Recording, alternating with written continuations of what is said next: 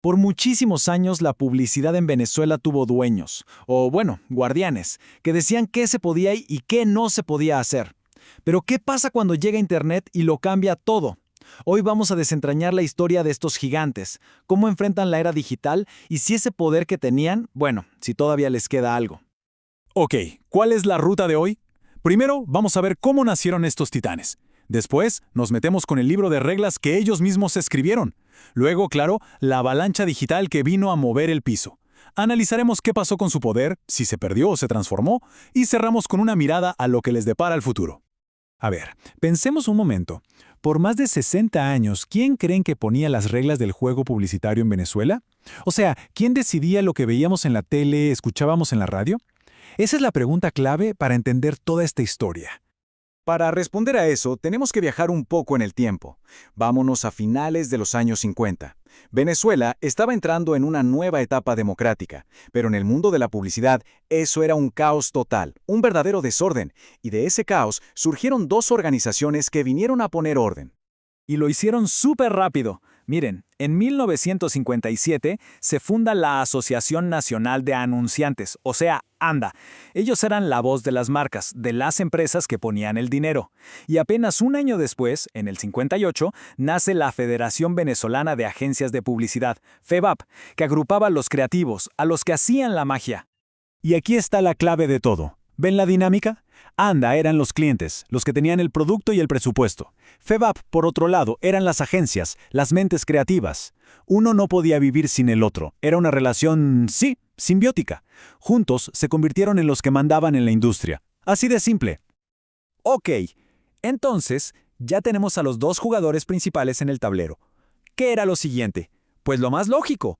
Había que escribir las reglas del juego, un manual que todo el mundo tuviera que seguir para que las cosas funcionaran. Y su idea central, su filosofía, era algo muy potente, la autorregulación. ¿Qué significa esto? Básicamente ellos decían, miren, no necesitamos que el gobierno nos diga qué hacer. Nosotros mismos como industria somos los más indicados para asegurarnos de que la publicidad sea honesta, sea decente, sea real. Y todo este camino, toda esa idea de autorregularse, tuvo su momento cumbre, su gran logro. Y fue el Código de Ética del 2008. Ojo, esto no salió de un día para otro, ¿eh? Fue el resultado de décadas de trabajo, de pulir cada detalle. Pero para que vean el poder que ya tenían, incluso antes de este código oficial del 2008, hay un caso de estudio que es buenísimo. ¿Se acuerdan de la Guerra de las Pilas de 1998? El famoso pleito entre Energizer y Duracell.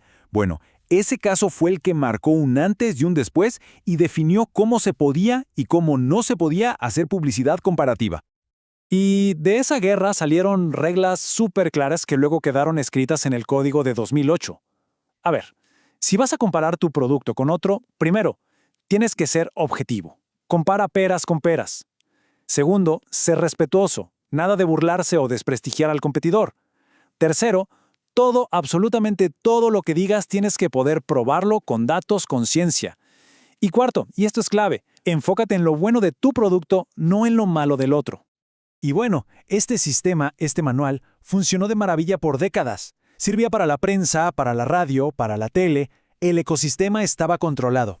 Pero de repente apareció algo, una fuerza nueva que nadie había visto venir y que no estaba en su manual. Y ya se lo imaginan, ¿no? El juego cambió por completo. La llegada de Internet, la explosión de las redes sociales, la aparición de los influencers, todo esto creó una especie de salvaje oeste digital donde las viejas reglas ya no parecían aplicar. Y claro, esta avalancha digital trajo consigo una pregunta que lo complicaba todo, una que golpeaba justo en la base de su poder. ¿Quién controla el contenido cuando ahora resulta que todo el mundo es un creador? Ya no eran solo las grandes agencias y los grandes canales. Entonces, ¿qué pasó? ¿Fue el fin de ANDA y FEVAP? ¿Perdieron todo su poder? Pues no exactamente. Lo que pasó fue que esta nueva realidad los obligó a cambiar, a transformarse desde la raíz. Y fíjense en este cambio de mentalidad, que queda perfecto en esta frase del presidente de ANDA, Héctor Tamaño. Él dijo, somos una comunidad de marqueteros. ¡Boom! Con esa simple frase estaban diciendo adiós a la vieja imagen de ser un ente fiscalizador, rígido, que solo ponía reglas.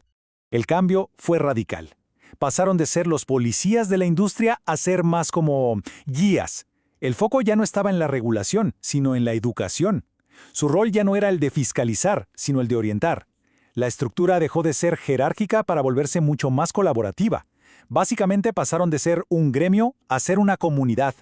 Y esta nueva identidad, claro, define por completo su plan para el futuro. Un futuro donde su principal misión ya no es vigilar, sino guiar a toda la industria en este nuevo panorama. Y su nueva misión tiene 3 pilares súper claros. Primero, guiar al nuevo talento. Imagínense, están relanzando concursos para mandar a los jóvenes creativos a Cannes, el festival más importante del mundo, después de 11 años de pausa. Segundo, educar sobre los nuevos medios. Están creando guías, manuales de buenas prácticas para el marketing con influenciadores y la publicidad digital. Y tercero, fortalecer la comunidad, organizando eventos, conectando a marcas, agencias y a los nuevos creadores. Y con esto cerramos con la gran pregunta que queda en el aire. En esta era del like, del contenido que dura 24 horas, ¿realmente puede la experiencia de estos gremios, de estos viejos guardianes, forjar el futuro creativo de Venezuela? La pregunta es si lograrán adaptar toda esa sabiduría acumulada para guiar una industria que hoy se mueve a la velocidad de un clic. El futuro de la publicidad en el país, sin duda, depende de esa respuesta.